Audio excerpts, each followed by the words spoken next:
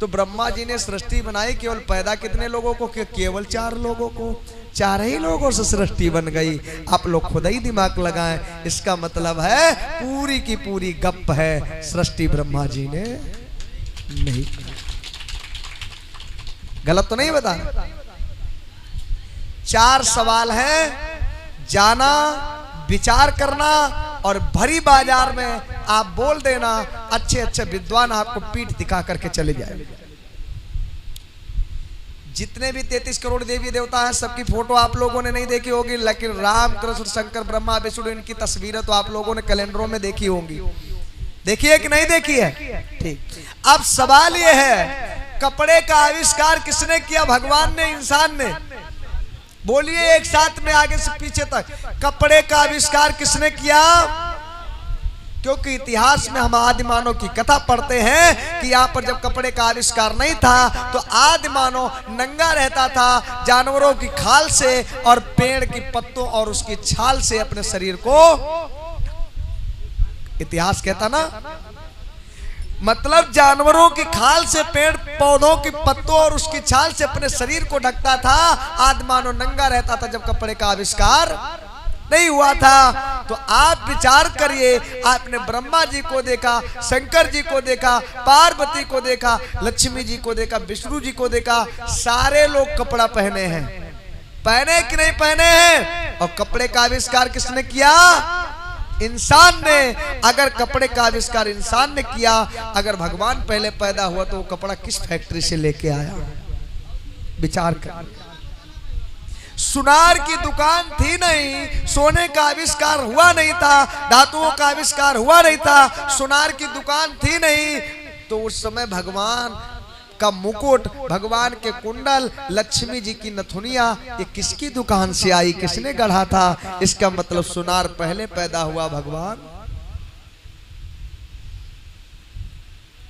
आटा, दाल, तेल, ये किसने बनाया? किसने बनाया? इंसान ने। और भगवान 56 प्रकार का भोग खाता था। जब लड्डू, बर्फी, मिठाई बनती थी तो चीनी किस फैक्ट्री की जाती थी? कढ़ाई थी नहीं, खोया किस कढ़ाई में उठा जाता था बर्फी बनाने के लिए? चीनी थी नहीं तो किस फैक्ट्री से आती थी? आप लोग विचार कर रहे हैं। चीनी की फैक्ट्री किसने बनाई? चीनी का आविष्कार किसने किया?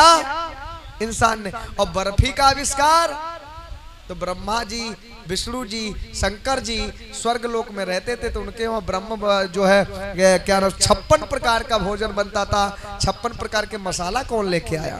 किसकी दुकान से? जब बनिया था नहीं, सरसों का तेल था नहीं, कोल्हू लगा नहीं था। क्योंकि यंत्रों का आविष्कार किसने किया? इंसान ने किया ना। अगली चीज, इन महल और 2 महले जो मकान हैं, इन मकानों का आविष्कार किसने किया? किसने बनाया? घर मकान किसने बनाए? भगवान ने कि इंसान ने? क्योंकि इतिहास कहता आदि मानव समूह बनाकर, झुंड बनाकर के जंगलों में रहता था। अगर इंसान ने जो है मकानों का आविष्कार किया, घरों का, भवनों का निर्माण इसने किया, आविष्कार इसने किया, तो आपके जो भगवान थे वो महलों में रहते थे, तो उनकी छत डालने कौन जाता था? कौन से मसाला की वो छत बनी थी? सरिया, सीमेंट, गारा, ईंट कहां से आया था? कौन वैज्ञानिक पहले पैदा हुआ? अगली बात, देवताओं की हम बात नहीं कर रहे हैं। देवताओं के राजा जो इंद्र थे, देवताओं के राजा कौन थे? इंद्र। उनके दरबार में नाचने वाली नचनिया, नर्तकी, परियां नाचती थी। उर्वशा, रंभे, मेनका, इसी नाम, ये नाम था। उर्वशी, रंभा, मेनका नाम की परियां उनके वहां नाचती थी। ढोलक बजती थी, नगाड़ा बजता था, हारमोनियम बजती थी, पैरिश बजती थी, घुंघरू भी बांध करके वो नाचती थी। अब विचार करिए, ढोलक बनाने वाला कौन? बजाने वाला कौन? जब देवताओं के राजा इंद्र के दरबार में नृत्य होता था, तो इसका मतलब इंद्र बाद में पैदा हुए और ढोलकिया और नगाड़ा बजाने वाले पहले पैदा हुए। तब तो उनके दरबार में मनोरंजन होता था। जब देवतन के राजा ही नहीं रहे तो देवता कैसे हो सकते हैं? बस मैं इन्हीं बातों के साथ में अपनी वाणी को विराम देता हूं। अगर एक भी बात अगर आपको लगे कि ये झूठ है तो अपने दिमाग से कस के मंथन करना, खो तर्क की कसौटी पे कसना, और जब कसोगे तो सत्य निकलेगा कि क्या सही है क्या गलत है। दूध तो सब पैदा करते हैं, दूध खाना सब जानते हैं, लेकिन दूध के अंदर घी छिपा है सबको नजर नहीं आता। दूध के अंदर ही घी होता है, लेकिन वो सबको नहीं दिखता है। अगर घी प्राप्त करना है तो दूध को जमाना पड़ेगा, और जमाने के बाद में बहुत मेहनत करनी पड़ेगी, मथानी चलानी पड़ेगी, तब घी निकल करके बाहर आएगा। और वो 1000 रुपए किलो बिकेगा, और जहां से घी निकलता है वो 50 रुपए किलो बिकेगा, 1000 रुपए कुंटल बिकेगा। तो ये चीजें हैं, आप लोग समझें और देखें, और अपने समाज में अपने भतीजों को, अपने भाइयों को, अपने बच्चों को ज्यादा से ज्यादा पढ़ाएं। जब अपनी बेटी और बेटा पढ़े लिखे होंगे तो ऑटोमेटिक वो IAS PCS ESP DSP government servant होंगे, कुछ ना कुछ तो जरूर बन जाएंगे। और जब कुछ ना कुछ बन जाएंगे तो आपके परिवार की गरीबी दूर होगी, आपका विकास होगा। जब आपका विकास होगा तो जो आपकी इज्जत नहीं करते वो भी आपकी इज्जत करने लगेंगे। भिखमंगे बने रहे, कांवर चढ़ाते रहे, भंडारा करते रहे, पुण्य करते रहे, व्रत रहते रहे, और घर में छप्पर नहीं है तो कोई तुम्हारी पूजा करने, क्योंकि बाप बड़ा ना भैया आज के समय में सबसे बड़ा। हाँ? बहन कुमारी मायावती चमरिया थी कब? जब गरीब थी, और मुख्यमंत्री बन गई तो कहाँ बन गई? चमरिया से। बहन जी सतीश चंद्र मिश्रा जाते थे, सबसे पहले पैर छूने लगे। अगर गरीब होती तो क्या उनको बहन जी कहता कोई? बोलिए, कहता कोई? नहीं कहता ना। तो जब बड़ा कोई हो जाता है तो उसकी जाति खत्म हो जाती।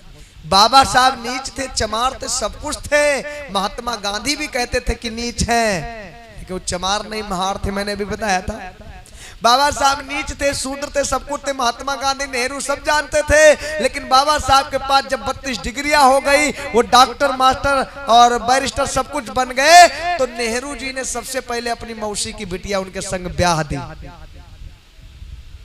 जो बाबा साहब की दूसरी पत्नी थी सविताबाई, वो पंडित जवाहरलाल नेहरू की सगी मौसी की बिटिया थी।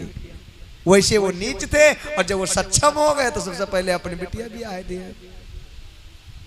ये समझिए, जब सक्षम हो जाएंगे तो आपकी जाति खत्म हो जाएगी।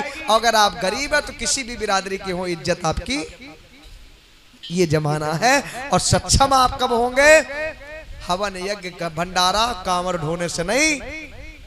सुबह 2 घंटियां बजती हैं, एक विद्यालय की और एक देवालय की। देवालय मतलब मंदिर की, एक स्कूल की और एक मंदिर की। मंदिर जाओगे भिखारी बनोगे, स्कूल जाओगे अधिकारी बनोगे। अब तुम्हें क्या बनना है? कौन सी घंटी की तरफ भागना है? मंदिर वाली घंटी की तरफ या स्कूल वाली घंटी की तरफ? ये आपके ऊपर निर्भर करता है। जैसा आप चाहें वैसा बन सकते हैं। हम नहीं कहते कि, मैंने अभी बताया था कि तुलसीदास जी ने अपनी रामचरितमानस में लिखा है कि सकल पदार्थ है जगमाही, कर्महीन नर पावत नाही। दुनिया में सब कुछ है, आप प्राप्त करना चाहो तो सब कुछ प्राप्त हो सकता है, लेकिन कब? जब मेहनत करेंगे, परिश्रम करेंगे तब। बोलिए भगवान बुद्ध की।